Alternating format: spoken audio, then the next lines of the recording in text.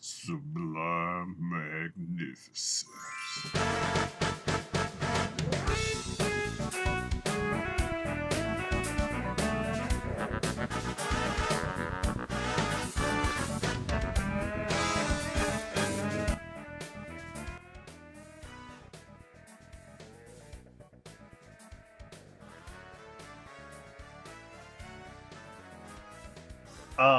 Yeah, it was challenging to get going because I don't like Jonathan. Oh, I don't I care I care for the character of Jonathan far less. And although like we're that'll be big that'll picture be talk. But yeah, as we open up to episode 10, the shock of it all is hard for me, and I'm presupposed to Jonathan was the first one, by the way. or to Joseph. Um uh uh uh uh I'm unfortunately already in the he's already in the negative with me because he's not his grandfather. Um and then I'm just as it gets going, I'm not loving the character because he's not his grandfather and he's not doing his grandfather's things. And then the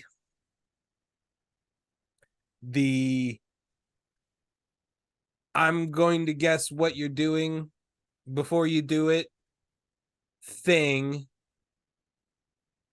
I didn't love the first time. So you definitely didn't love it all the other time. And it never really grew that strong on me.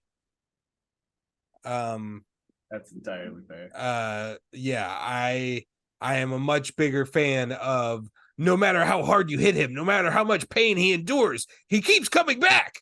I much rather enjoyed that superpower Joestar trait rather than the battle strategist of the Jonathan of the Josephs. But as we start to break open the world, as we get past the first Pillar Man encounter and start to break open the bigger picture, bigger story, I'm very interested. And I do grow to enjoy that a whole lot. Just as far as just the overall plot and the mechanics and the surrounding characters. Shout out to probably my second favorite character under Jonathan Joestar, Wamu. Oh, okay. One of the main villains of this show. Yeah. Yeah, I feel like you kind of gotta love Wamu. He's And now you know where the song that the ringtone I had came from. Oh yeah, yeah. As it was happening, I was like, I feel like I've heard this. Yeah, I'm really in to Wamu and his whole deal of just of like The I'm just an honorable insanely warrior. honorable fighter. Like, do you want to fight me? Do you deserve my fighting? Like, um, and then if they deserve his fighting, then he's like, mad respects. You deserve my fighting. I dug that. I dug that the whole Yeah. time. I won, but I will remember you. Type shit. Mhm. Yeah. Real quick, with the whole start to part two, when I first read it, I had pretty much the exact, because of reasons that you guys could probably guess, I had the exact opposite reaction to Joseph. He wasn't his and for the same reason, he wasn't his grandfather. But I also like the fact that if they were going to kill off the first JoJo, because I also was not expecting that. But I was like, well, if you're going to kill them off, I hope I can at least, because I had started to like Jonathan, because I was like, this is the main character. Even if I thought he was kind of silly before, I still like the tropical stuff, like you say, the keep bouncing back when he gets beat down, type deal as well. But Joseph comes out and he just has an attitude to him. And when he first sees Straight say that he's a vampire, this motherfucker just pulls out a fucking Tommy gun, like something out of the mask, and just starts shooting the dude. I was just like, oh, this guy don't fuck around. Jonathan's all like elegance and gentlemanly, which is very respectable, but Joseph's like, I got to be. I also, when I first read it, was under the impression that he was American because it starts off in New York. I didn't realize he was British and it moved to America. So I was like, I found it more hilarious that the American JoJo was the one that pulls out a fucking gun as the first solution to the vampire. So I was like, all right, American JoJo, show them how we do it in America. We got guns over here. Let's do this. Also, I was like, oh, his name is Joseph Joestar. The actual JoJo. Oh, that was me trying to be like, oh, he probably might be around longer then because the original was Jonathan. Yeah. But yeah, Joseph clicked with me right away because he had that rebellious side to him. Also, he had the comedic side with the whole, because he was very smart and battle intuitive, but he had that whole last second strategy, one strategy that's better than all others. And what's that strategy? Running the fuck away. Yeah. Away. That's fun. So I was like, this guy's fun. All right, Joseph, we could be here. But yeah, eventually we get more about the Pillarmen who made the masks. And we meet our first one, Santana, which introduced us to another faction in here because this is taking place during World War II. And these German soldiers really want the Pillarmen's power for themselves. And we get our main representative for the German soldiers, Stroheim. And he had I'm pretty sure that's where Guile's haircut comes from. Especially in the later parts. Like flat top. But yeah, I was like, okay, he's weird. But after they defeat Santana the first time, Stroheim tells him to go to Europe, where we come across our new Zappelli. Oh, also, our man Speedwagon. It's rich now. Super rich. I just can't not say it. Like, it's just kind of weird how we don't talk about Nazis in this show. Like, that's a little bit of the weird part of it. I'm just going to say that. I don't know what the creator's deal is on that. But there's a little bit of a level of making the Nazis the heroes, and we also don't call them Nazis. We just call them German soldiers during World War II. There's just a weird layer to it while I'm watching this show. Yeah, early on in part 2, though, there is a lot of Joseph not really wanting to get along with those people because that's who they are, which is rightfully so. It's just once the same particular guy keeps showing back up to save the day, it's like, well, it's just we're more seeing Germans in World War One who are doing things for the motherland, not necessarily for one dude. Yeah. They're doing it for the country. Yeah. German science is better than everybody else, not German genealogy. Yeah. So there's just a weird that's just a weird layer of my brain. That is a weird thing watching about this. Is like we're not acknowledging this as Nazis. Well, yeah, I think that only thing that can for me would be why they wouldn't acknowledge them as Nazis is because they're because Stroheim, because they're scared that people would actually start liking Stroheim, and they know people would have a hard time being like, yeah, Well, they Nazi. should, because the show tells them to like Stroheim. The show tells but if you're gonna do that, you can't focus on look at Nazi hero Stroheim. Right. That's what I'm saying. That's what's going on up here. Because the show is like, the main character is like, we didn't get along at first, but I respect you.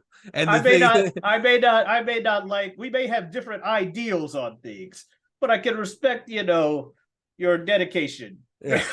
Type shit. Yeah. But we may not agree on ideals. I want you guys to know that I am still a good guy. I'm not a Nazi sympathizer. And now that we're back into the age of no, you punch a Nazi in the face.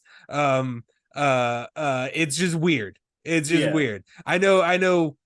Then we weren't extremely worried about that. So now that it's back to like, no, we don't celebrate them at all. But the other thing is, other reason why they probably wouldn't have at least said Nazis is there was a weird thing for a while where I know even on YouTube, some people were scared to say the word because it would lead to like demonetization and stuff like that. Just to people like, oh, you can't even mention them. But so they were just like trying to avoid things by saying German soldiers. It's like, we know what these are. They're Nazis. Right. But it's also there's also the weird level that it's Japanese. Oh yeah. And they were their allies. So which is probably why the whole other layer. But that's probably also why they didn't think too much about making him about there being the idea that there are good guy ones. Right. But yeah. It is weird. Anyway, it is a weird layer. A weird layer. Right. We go to Venice and Rome, and he meets he meets Caesar, and I'm okay with Caesar. He's cool. The bubbles are fucking lame. They're lame as shit. And I wonder if it is entirely backtracked for the end, for his final moment. Like, the writer started from there and was like, all right, well, how do I make that possible? Because that's a cool image. That, or he's just literally just, he's still trying to figure stuff out, and he's still trying to make Hamon be a little bit more differently, because now we get more in-depth training in it and shit. Yeah. So he's like, it's been decades. So the people who have still been practicing Hamon have found new things. There's a lot of using things, filling things with Hamon, and then doing something with it kind of stuff. I think that's literally the writer like, okay, so we got to do more than just breathe and punch real hard. Right. Let's fill things with Hamon. Let's fill a soda bottle and shoot the cap off and break a cop's finger. As we meet Smokey Brown, another character. That's very side character in here. But our man Speedwagon's rich now. Yeah. He's like super rich. He's made out of money, and his money will the Speedwagon Foundation that he started is pretty much the Joestar's source of money that they will always have available to them for parts going forward. Like, oh, how do we get this? Oh, I got some money from the Speedwagon Foundation. Because when you talk about BFFs for life, the ride or die BFFs, REO Speedwagon is one of those. You saw the movie How High? That dude, the friend that died, and he's giving that speech. If I get hit by a bus tomorrow, I got you. If so, I got you. I got you. That's Speedwagon, but he never had to say it. He just did it. And he's just like, I'm dead. Joseph, any Joestars want anything, money goes to them. Like, yeah. All right. In the epilogue, it said that he died a happy bachelor. He died a happy bachelor. He never married. Yeah, so like all that money is just Joestar is what I immediately assumed. The narrator didn't say. Well, actually, first they immediately jumped to start talking about Smokey, and I was like, oh, okay, so like Smokey's going to be the heir to the Speedwagon Foundation, and they don't talk about that. Smokey No? goes into politics. Yeah, he becomes like a mayor, the first black mayor in his like city or whatever. Yeah. So I just assumed that that the money was going to end up going to the Joestars since Speedwagon didn't have any heirs. Yeah. But yeah, so he pays for Joseph to go over there, and pretty much Joseph and Caesar are gonna have to train in Hamon. Oh, first they want to see because they hear there's 3 more pillarmen outside of Santana. They go down there, and sure enough, they go down there right when these pillarmen wake up, and we get ACDC, WAMU, and Cars. And after their first encounter where they get bodied because the pillarmen are like, so Dio's ridiculous. We know this. And these are the guys who made the match that made Dio as ridiculous as he is. So needless to say, they're on another level. Yeah. And also they apparently wiped out. There's a we reason don't only learn like 5 we don't people. learn until literally like episode 25 or something that like they're like an original species. Yeah. That Cars is from one of the first sentient organisms on Earth kind of thing, and it was just a tribe of little vampires that stayed to themselves and reproduced extremely slowly because of their long lifespans, and they just they were like happy just being this little insular vampire clan until they birthed this motherfucker named Cars who's just gonna I think the narrator was like whose ambition grew too large for the small woods or something like that. He's like, I'm gonna make a mask that unlocks the potential of the brain, but our brains are too good, so we need a red stone of Aja put in it, which is the main MacGuffin that drives this part. And that red stone is owned by the person who will be training JoJo and Caesar, who JoJo in that first encounter. The way they get out of it, he makes a deal with WAMU because he manages to scar WAMU, and he's like, I'm the first human to ever scar you. Too bad I never actually trained with Hamon. Oh well, damn, I probably could have killed your ass. And on some Vegeta shit, WAMU's like, oh really? You think so? Okay. Puts a fucking poison ring around his aorta, and he's like, the antidote's in my lip ring, I think. Is either his lip or nose ring. Yeah. He's the lip ring, and ECDC is the nose ring. Yeah. He's like, this is in my ring. You need to drink this in order to that. Otherwise, that ring in your aorta will dissolve and you die. And ACDC goes, lol, that's funny. Me too. What? Huh? Wait, no, I just wanted to do it. Cars, you want to do it? We got more important shit to do.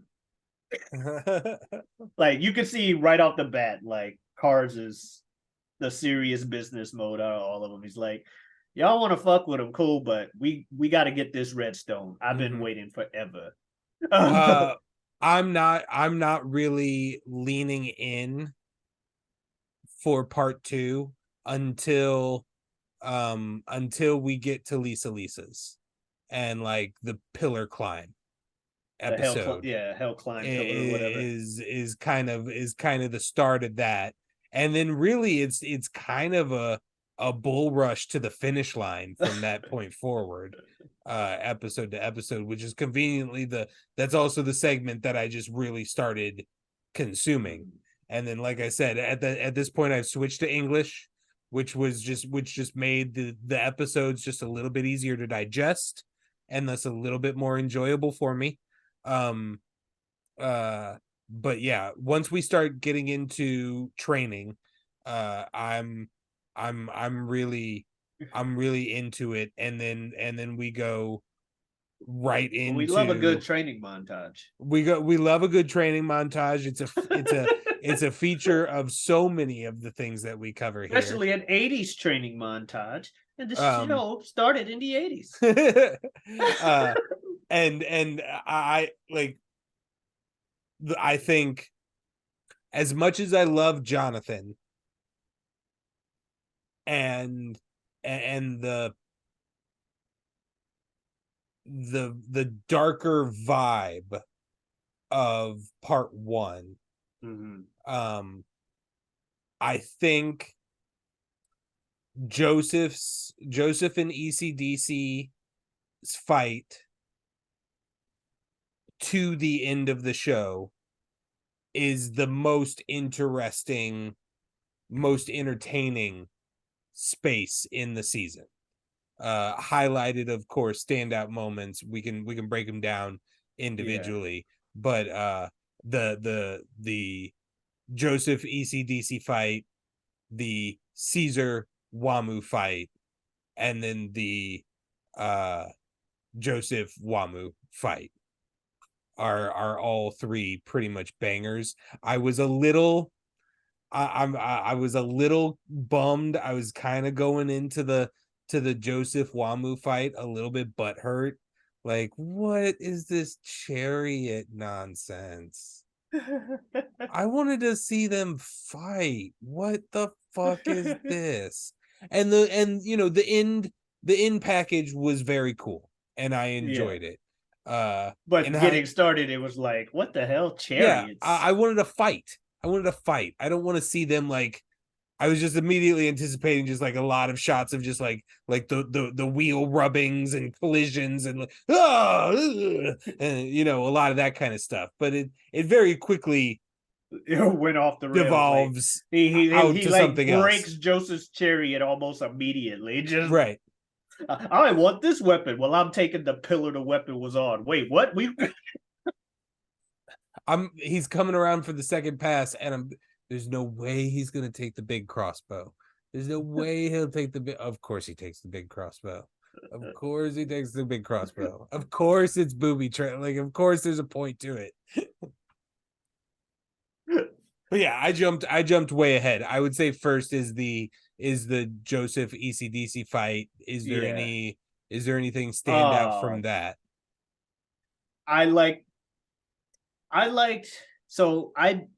I enjoyed Joseph's gag. His go-to gag of your next line is it's one of those things where it's just like, hey, by the way, this guy probably just won type deal. Like the hero announcing that they won right before the villain realizes it. Yeah. So I was like, okay, that's cool. So when ACDC first pulls that against him, because he's like, Sun Tzu says you should do this. Sun Tzu? Yeah.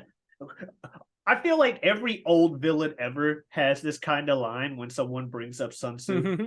Yeah, I knew that guy. Ran into him, so. What he actually said was this. And then ACDC turns Joseph's gimmick around on him. He's like, your next line is this. And what cracked me up was, that's my trick. Yeah. And the thing that always cracked me up about it is not necessarily just that they repeated the line, but the fact that beat for beat, it was always repeat the line. Just like the zoom in. Yeah. As they realized. So it was cool seeing that get flipped on them. And obviously, Joseph finally wins. The fucking string cutting thing, which I still don't understand. They explained that it's how that magic trick works. I still don't understand how you can fold the string so you can cut it and it stay a single string. But yeah, I mean, it makes sense. Like the magic trick is a little different than what they depicted in that show in that drawing. But yeah, it's like I said, we're in the era now of like fill something with Hamon, and like one of the favorite things is like a long thing that can wrap the bad guy. That's kind of like a big go-to. Yeah, so that was a cool fight in and of itself, and the fact that okay, these guys can be beaten. And you get poor Susie Q. Poor Susie Q gets fucking possessed Susie Q. by the brain of ECDC, and like and then of course they save the day as they I mean, you half save the day. The stone is on the run, but Susie Q is safe. And as they're fucking pulling away, my wife reading a book in the chair next to me Oh my as god. they're driving away. Hey, Susie Q, get that ugly shit off your face and maybe I'll come back and marry you. To an extent, whatever he says, but basically that. So fucking My literally stopped and looked up and went, what? As in like what the fuck did he just say? It's like, yeah, Joseph isn't very likable in that regard he's sometimes. definitely a product of his time, to say the least. And I can't be like, oh, he's a perfect character, 100%, blah blah blah. No, he does have flaws, and his flaw is that he's a product of that time where misogyny ran rampant. Oh, and I don't know, he's an egomaniac. I don't see a problem with that, but he's like maybe, but by the time he did say that line, the two of them had gone back and forth with like comments like that about each other. Like, they had already done some like cute flirting. Yeah, like she had already said that she didn't think he was attractive, which he's like, wait, what? And so they already like, okay, we're gonna keep claiming that the other one's not attractive as part of our thing. Weird lips is what yeah. she told him. Yeah, weird lips. Yeah, it's like, but yeah, that's two JoJos, both that like the blonde hair, blue eye type. Spoilers. I think they all go for the blonde hair, blue eye type. But yeah, now that like it seems like Joseph's defeat of ECDC just absolutely and what they have done storming Lisa's palace and taking possession of Susie Q, taking the stone, it has triggered Caesar. Yeah. He is hell-bent at this point. I think it is a mixture of like, well, Joseph just beat ECDC, so this is possible. We've been fucking shit up. So let's go do this. Let's go. Yeah, we can do this now. If we know where they are, and we just attack them in the daytime, and we'll be good because we beat ACDC at night. Or we beat ACDC at night. So yeah, let's go and do this. And they go to Switzerland or whatever, and they come across. It turns out the villains didn't get the stone directly because they come across the returning Stroheim, who's a cyborg now because in order to beat Santana, he blew himself up. Did I not mention that earlier? Don't worry about it. Watch the show. Bottom line is, Stroheim's a cyborg now. And when this dude reveals he's got the fucking gun in his stomach, I'm like, what the fuck are we doing in this show? And shoot him. But we do get that moment in Switzerland shortly before of cars saving a dog from getting run over by some asshole drunks. Yeah. Yeah. So I just when you talk about the creator specifically talking about killing dogs to show that he's evil, then that tells me that he wanted to show us the reverse. That although Cars has this really weird, he has an evil intent. He's just not as evil as Dio, is what I'm saying. He's not the most evil you can be. Yeah, he's still making vampires, but we don't really know what his intentions are after becoming the perfect human and killing JoJo. We don't know if he just wants to just be a crazy god man walking around the forest and just he's like, now I can do my god shit outside in the sun, turning my hand into squirrels and shit.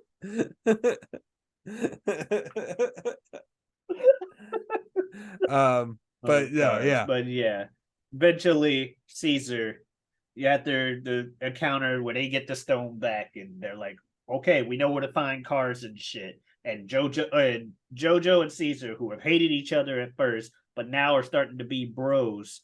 They have one more rift because Joseph's getting close to the date where the thing on his neck or his aorta is going to dissolve, and he's got to deal with Wamu. So he's on edge, and he's a dick to a cat. He is a dick to a cat. Yeah. He didn't fucking kill the cat or anything like Dio, but he was a dick. Which, like, would you talk about the whole juxtaposition? Him being a dick to a cat in the scene, and Cars saving a dog. It's like, who's really the evil one here? Well, it's Cars. it's Cars. As we go to find out, because Joseph does immediately have like, I shouldn't have fucking done that. The cat didn't do anything. He immediately has remorse. He's like, anyway. Caesar's like, let's go. Joseph's like, maybe I hear what you're saying. It is daytime, and if we go in there, they can only do so much.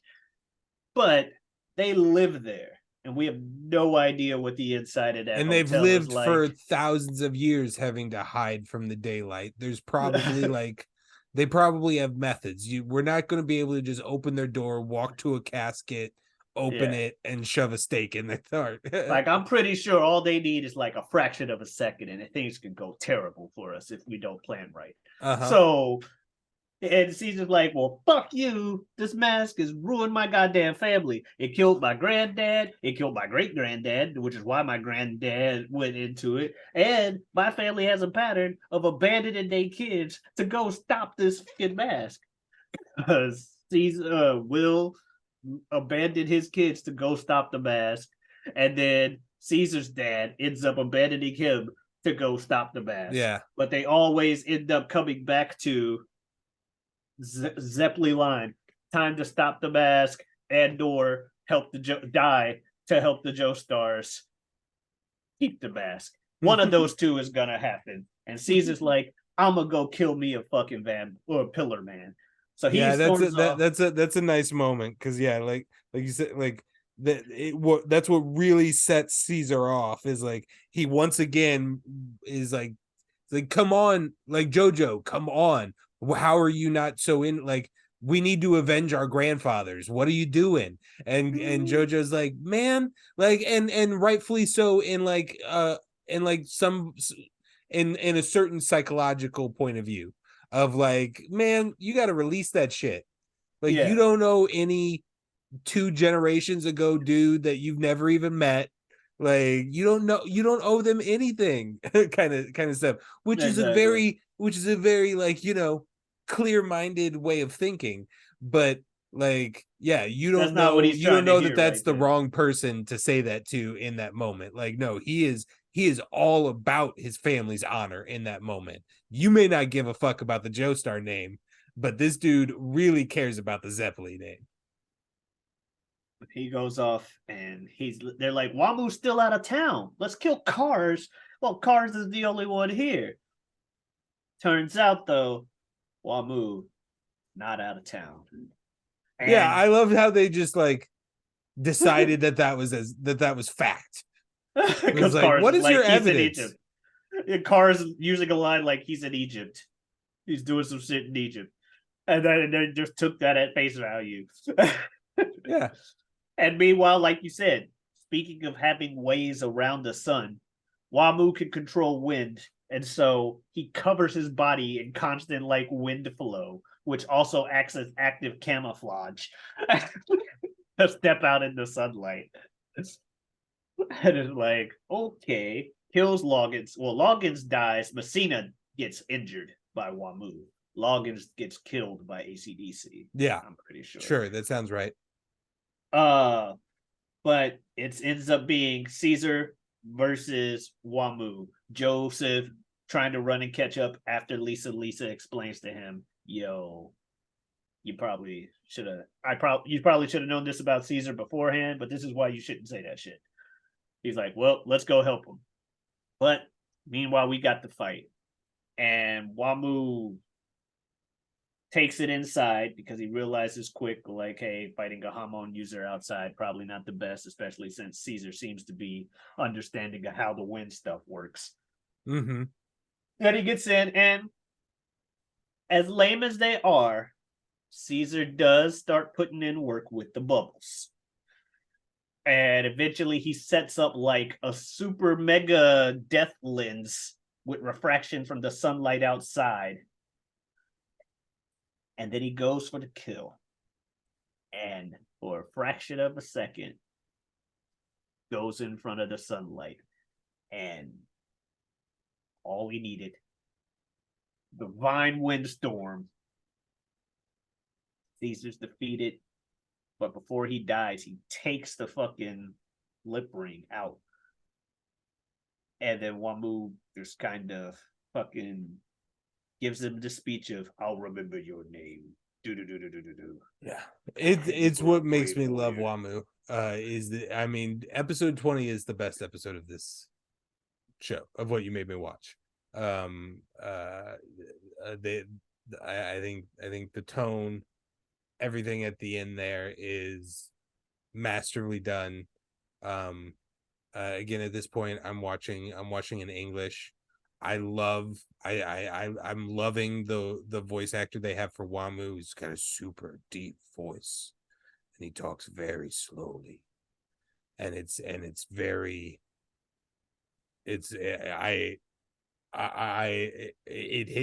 was impactful.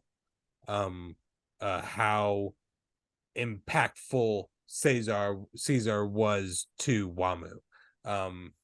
It was pretty cool. That was, and it was beautiful. It was beautifully like art directed. So I think the highlight of the series. Yeah, and it barely has a Joe star in it. Yeah, I'll give you that. I agree. And Caesar leaving the fucking bloody bubble as a cross falls on him.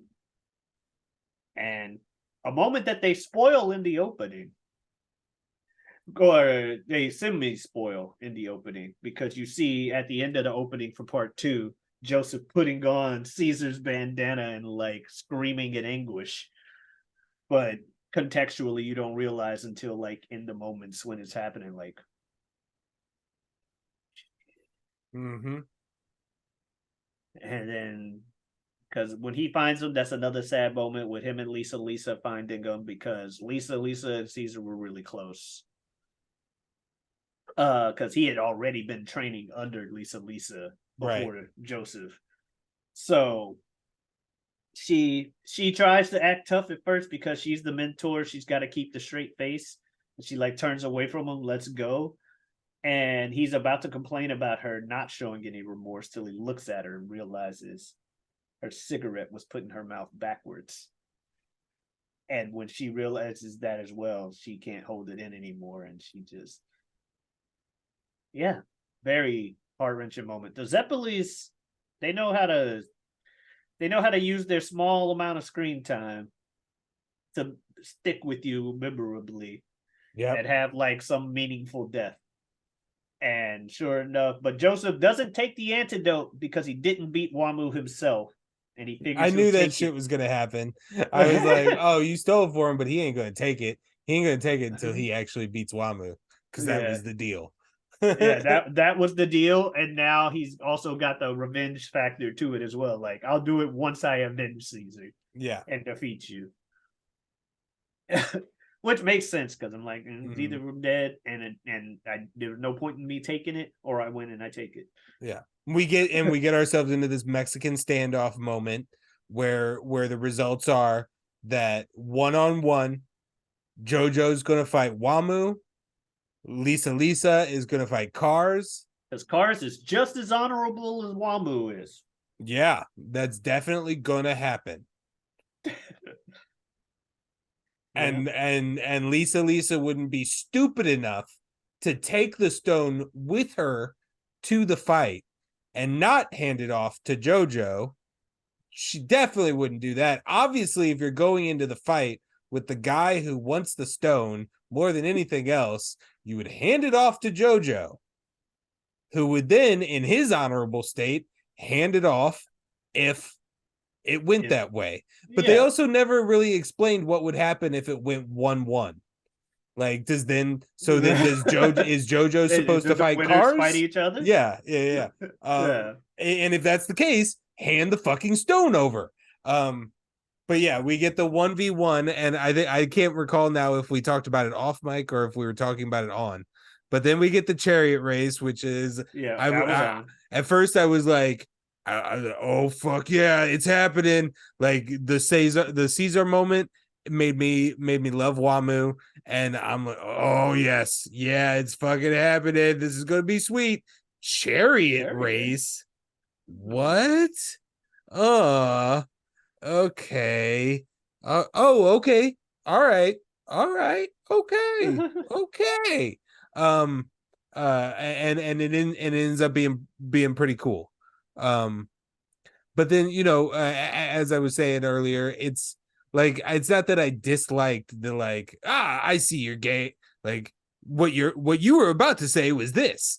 And it's not that I disliked it. I was like, okay, all right, is that gonna be your bit? And then I just feel like I was getting hit over the head with it.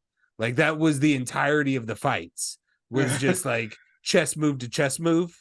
Yeah. It's like, well, you were gonna do this, but you think I'm gonna do this, and then like the Princess Bride scene of well, you think I'm gonna drink this, and obviously you would want me to take yeah. I'm not really left-handed. All that shit. But yeah, the chess moves. And full disclosure, while Hamon may not stick around, chess move like battles, not with the same catchphrase at the end or nothing. You get more throwing hands as well as more chess fight and, he's gonna do this, so I'm gonna have to counter with this, and then I'm gonna have to 5D chess or 12D shogi and shit. It's like, okay, that's, as the parts go on, that chess aspect does come in, but there is still hand throwing, like motherfuckers getting punched in the face at the end of the day. But yeah, so I can see that. I can see why you would say that though, because it's like, okay, this is that. But mad respect to Wamu. Wamu's has a great death. Respectful. Yeah, has a great death. Even protects JoJo in death. Because he's like, no, we had a fucking deal, and he beat me. You're not just gonna immediately kill him, dude. Severed heads. Watch out for severed heads. Severed heads are not to be underestimated in this show. In a show that actually does have characters dying, somehow severed heads are still more dangerous. Yeah, you guys stomp them severed heads. Yeah. So fucking Lisa Cars fight does not last long. It does not. How quickly did you realize that, or how early did you realize that Lisa was JoJo's mom? When they said it. Okay.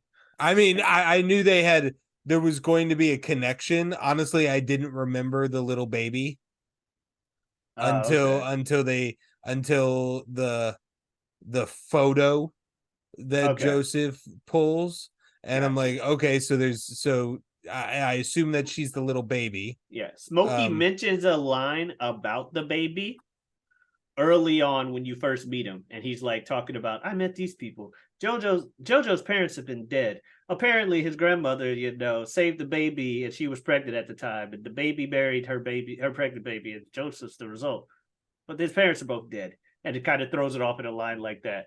But technically it said it then. But I'm with you. I also, my first time watching, had forgotten about that whole baby in the thing.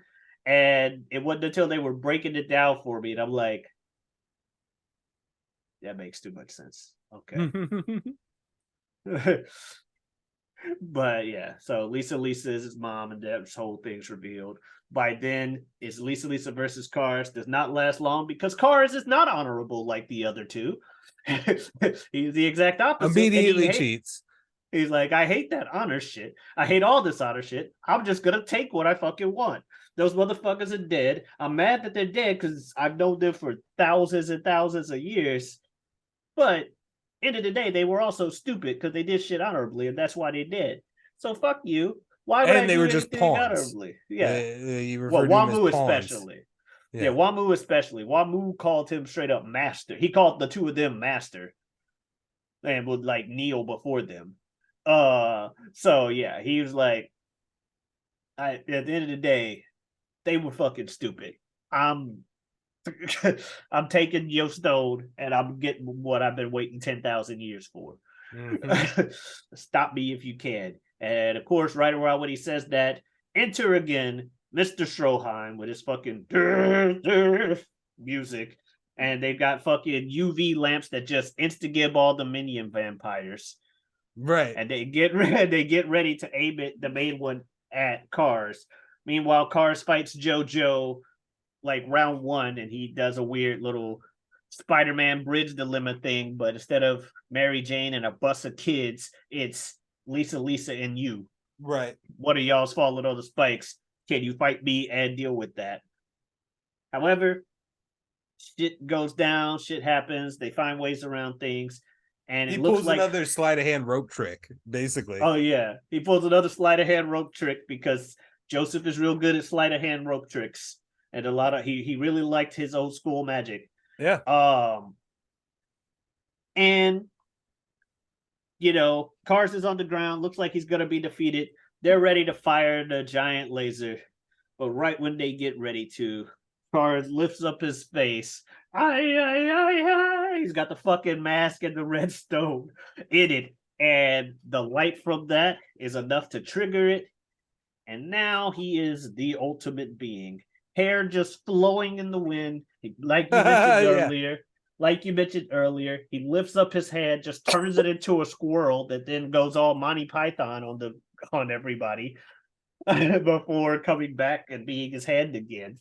Before becomes a flower, a butterfly, and then his hand. Yeah. Just he's just showing off at this point. And now they're like, well, how the fuck can we beat him? Because now it's daytime anyway, and he's immune to sunlight, clearly. And they're like, well, what the fuck are we gonna do? And Joseph's like, well, we got one more trick on our sleeve. Run the fuck away. And so he tries to run away again, while Cars like starts to chase after him, and he randomly jumps into a plane. Not sure where the plane came from. Don't ask. But he's flying he's in a around plane in now. He's flying in a plane. And Cars chases him to a volcano. And as Cars is destroying the plane because he's shooting his feathers and they're turning into piranhas, as one does, fucking Stroheim shows up again in a fucking hot air balloon to save Jonathan or save Joseph before the plane could crash. Joseph gets the idea, let's push Cars into a volcano. And they're like, we did it. JK, you lost your hand. What? And as Joseph this is the point where I'm like, all right, so at the, because once again I've seen Berserk, and so at the like 1 episode ago, 2 episodes ago, when he successfully puts on the mask, that's the point where I'm like, oh yeah, this show could end in a bummer. And there's multiple seasons of this. This could just be the origin story of something else. This entire 26 episodes. Like, this dude could just fucking rule the earth now. Like, and everybody's dead. That could happen. And then when he fucking comes out of that volcano, I'm pissed. I'm pissed because I thought we had gotten through it and we had gotten past that, and it wasn't gonna be that story. And then I'm like, oh no, you are gonna kill him again. So all these dudes are gonna die. Okay, fine. And I'm a little pissed. And I'm like, just fucking die already. Like, oh, you can't do volcano, then what is this? What are we gonna do here? Kind of thing.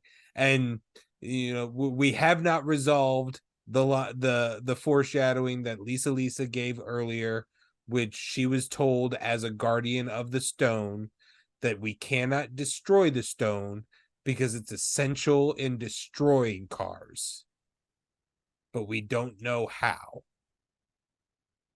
Foreshadowing I have missed every time. I always wonder why they didn't destroy it, but there you go. That does make sense. It is essential in destroying cars. Unfortunately, it's one of those things a la like Avengers Endgame, where it's like, yeah, it is essential. At the very, very end, when you think you've lost 9 different times,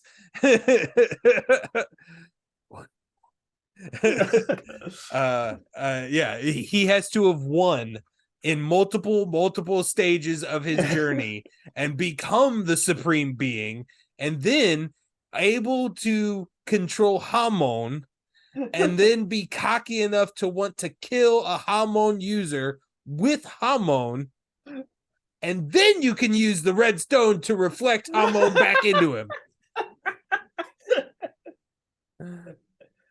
And it was just enough. It also triggers an eruption in the volcano, and it goes up. But what's his name? Car starts like floating away because he can turn his arms into wings because he's the ultimate being. And while he's talking shit, we get that one more. Your next line is "Fuck you, JoJo, die, motherfucker."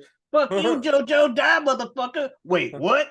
And Joseph's dismembered hand flies up and hits him in the throat. And the narrator's like, that momentary hesitation by getting thrown off by Joseph's line was just enough for Cars to lose his concentration. And before he realized he had reached the exit, he couldn't fly away fast enough before he reached exit velocity and got launched into space. And he's like, did you mean to do this the whole time? I sure did. Folks at home, I did not mean I had no fucking clue, but it's better for me if he thinks I did. but fuck that dude, really. Let's be honest. He's gonna think that I did. So fuck it. And yeah, he turns out Cars is cursed to float through space forever. So much, and as a defense mechanism, turns himself into stone while he floats, and eventually he just stops thinking, and it's just an object in space.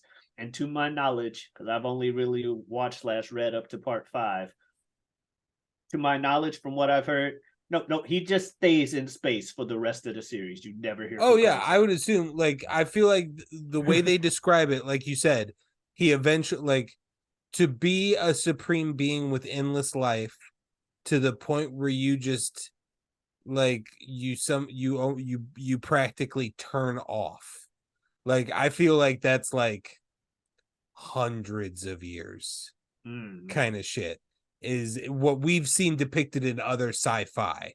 Like, to get to that point where you're just like the thoughts ran dry and eventually went quiet kind of thing is yeah, you were floating in space for like a millennia kind of shit. Yeah, he never returned. He's gone. And I thought Joseph was gone. As we have the theme song from the first part played.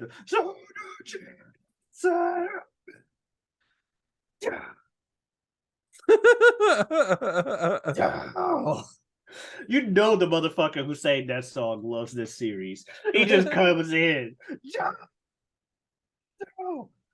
Also, fun fact, sorry, real quick. The first theme song, there's a part where it kind of breaks down where it's like JoJo, JoJo, JoJo, JoJo, JoJo, before it comes into the bridge and chorus, or pre-chorus and chorus. Every time they say JoJo during that part, it's a shot of Dio. Like JoJo, JoJo, JoJo, JoJo, JoJo. And each one's like a different panel of Dio. And I'm like, okay, I see what y'all did there.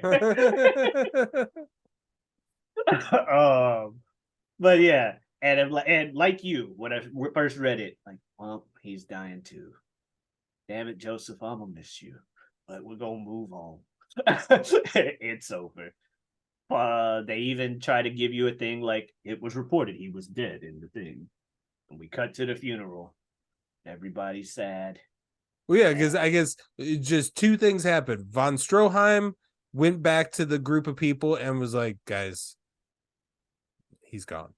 Yeah. And then Susie Q never sent a telegram of like, hey, I found Joseph in the hospital and we got married and I've been nursing him back to health and we're coming back to New York soon. She never sent that letter. So yeah, everybody in Joseph's life except for Susie just thought he died, including But- us, the audience. Yeah, because she didn't send up to us either. But he shows up at his own funeral, surprising everybody.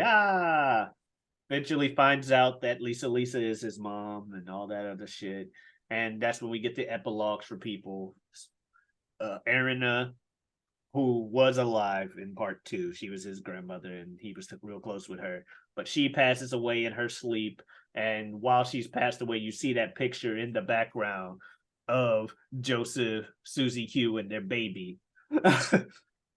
And it's like, yeah, he is fucking huge in that picture. But then, we got Smokey Brown's a mayor, Speedwagon's dead of a heart attack, and stuff like that. And then we fast forward a little bit in time. Not sure if they say how many exact years it was, but it's a long time. And we see an old man in an airport, and someone bumps into his leg with a suitcase. And the guy tries to apologize, and he's like, "Oh, that's okay." But then he looks at him and goes, "Wait, are you Japanese?" Dude says yes. And so he kicks him back. And then goes, "A Japanese dude married my daughter, so I don't like the Japanese." So I'm super racist to Japanese people now. That's who. What the hell? That's who they turned Joestar into. An old racist. Yeah. And racist against Japanese because his daughter got taken by him. And he's like, "I can't even see my grandson these days because she lives in Japan for the last 20 years. Dun, dun, dun, dun. And then they cut to the last scene where you see a guy in a jail cell wearing the guy who, if I'm being honest, is the most associated with the name JoJo and JoJo's Bizarre Adventure, because up until 2011, the only thing animated was an OVA series of part 3. So part 3 is the one everyone was familiarized with before JoJo. I mean, he's got main character vibes. Like it's like you only see him for a split second, and it's like, all right, he's the next JoJo. Yeah, okay, clear. That's JoJo. That's the new JoJo. That's pretty clear. Yeah, and there you go. So that's JoJo's part 1 and JoJo's part 2. Bizarre Adventure. Part 1 and part 2, Battle Tendency and Phantom Blood, and then Battle Tendency. What did you think, Bill? I've it's a weird mixed review kind of thing. I love Jonathan, but I love the show. I love Joseph's show more. Okay. I think. I don't know. It's hard. I'm just kind of okay with everything except for Jonathan and Wamu. I'm just kind of okay. It's just kind of it's not it's I appreciate the doing something a little different and figuring out this new twist on how we're going to do fighting instead of just literally fighting. That's interesting, but it doesn't have me.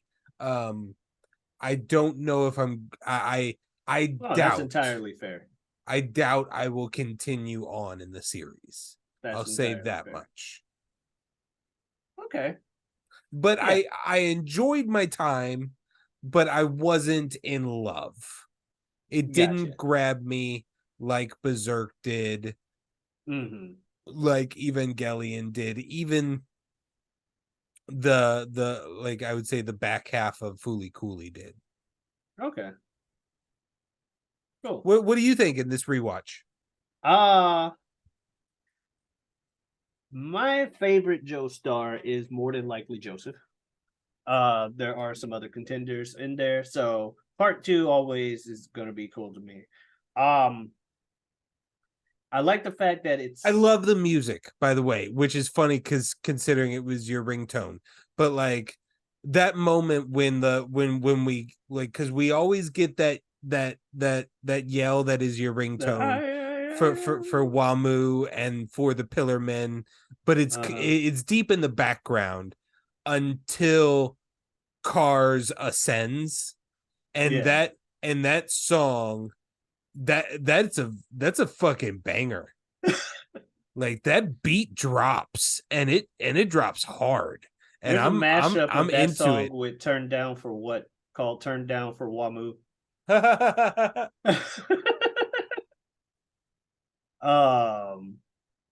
But yeah, that I'll agree. The music, for me, I'll say I like part 1 and part 2. They are different from the rest of the series, though part 3, the writer, now that he's got a new power set that he's trying to figure out, part 3 also starts off slow. It ends up kind of like the part 2 did, where the latter half things starts picking up a lot more, but getting started, it's like, let's meet the characters, here's the new power set. Yeah, you got to do all the And exposition and part stuff, 3 yeah. is also a lot more villain of the week type shit.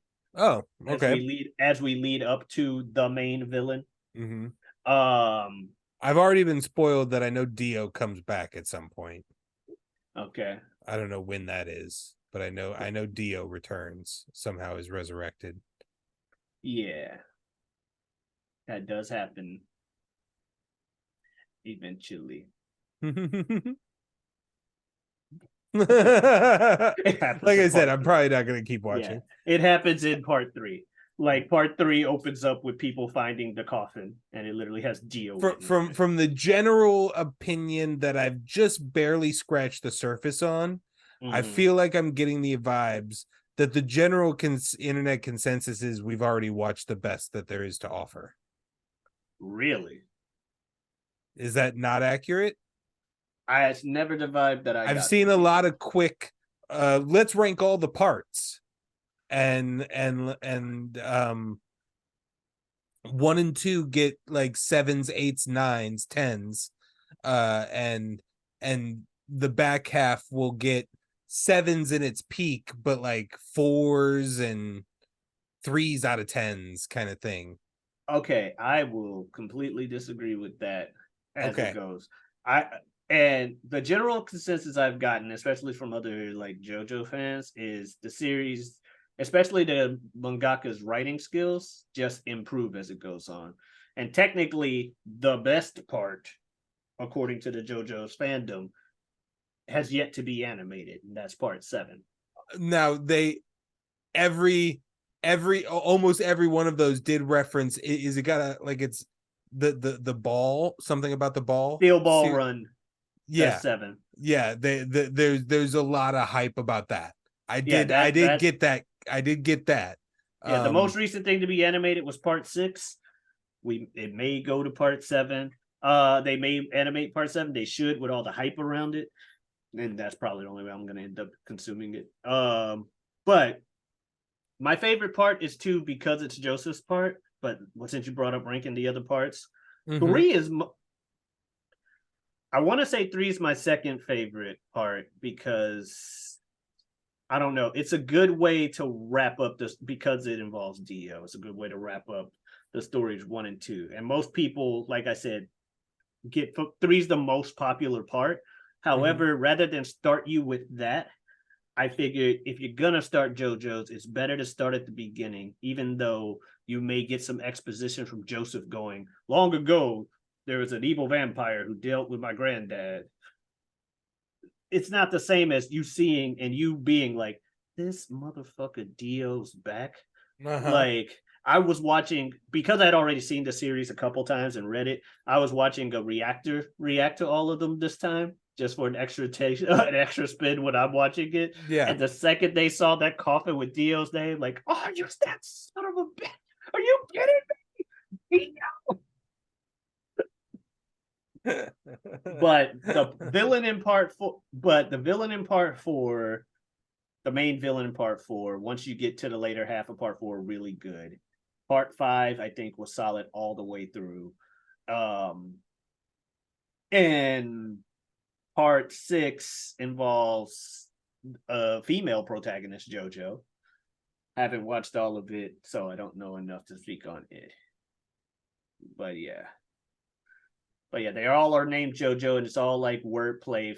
After the obvious one, like Joseph Joestar, you get Kujo Jotaro, which in Jotaro being technically his first name, surname Kujo, because turns out he had a daughter, which I just said earlier that Joseph had a daughter. Mm-hmm. So grandson Kujo Jotaro. So there's the JoJo there. Part 4 involves a dude named Josuke. He's got a pompadour. That's the dude. That's the meme. That's my image of the meme. I told you that was probably from part 4. Yeah. The pompadour one, Josuke. He should do the Japanese last name. I don't know off the top of my head. But someone said the thing is like whatever kanji they use to write his name in Japanese can also be read as JoJo, but his name's Josuke. So it's very no one calls him JoJo except for like the first episode where someone goes, we could call you JoJo. Part 5 involves a guy named Giorno Giovanna. Gio. JoJo. And part 6 is Kujo Jolene, named after the Dolly Parton song. Jolene. Okay. Anyway. But no, part 6 is solid too. I need to watch it all. But yeah, so that was something different. Figured out, let's try it, JoJo's. See what you thought. Yeah. I figured it could go either way. I'm like, this may not end up being his cup of tea, but there may be some things in him for him. And that's exactly what it sounds like. So what we watching next? I didn't think about that until literally seconds ago. It's like, oh, shoot. Next is when I need to say a movie. We are going to do U.S. Marshals. All right. U.S. Marshals. Yeah. Where's it at? We're gonna check that out. Movie from the 90s. America. Indeed. Movie from the 90s. Okay, U.S. Marshals. Since we talked about vampires and the perfect version of a being in the representation that we just watched, kind of like all of the powers of a vampire, but one that could walk in sunlight. Nice. Much like Blade or Wesley Snipes, who stars in U.S. Marshals next week on This Guy Hasn't Seen. Like the second you said Vampire Blade, I'm like, oh, so Wesley Snipes is in this movie, and you're like, or Wesley Snipes. I was trying to find a segue from movie to movie. That works. All right, so go ahead and catch that out. If you want to see other stuff of ours on this channel, including some of the reviews we mentioned, you go ahead and check those out. You can also find me elsewhere on YouTube. I'm back to doing this other podcast called the Whatever We Want podcast. Do it with a good WWW. Yeah, do it with a good friend of mine, Super Jazz. Some weeks, some Wednesdays. We're back to every week, every Wednesday. We'll see. I didn't say it as much. Nah, we're back to it. Back at it again. Back in the saddle again. Or however that song goes. Bottom line is, that's where you can find me. You can also find me on Twitter and Twitch at Giotavi. That is Giotavi. Come on in. Stop on by. Bill, you got anything you want to say to the folks out there?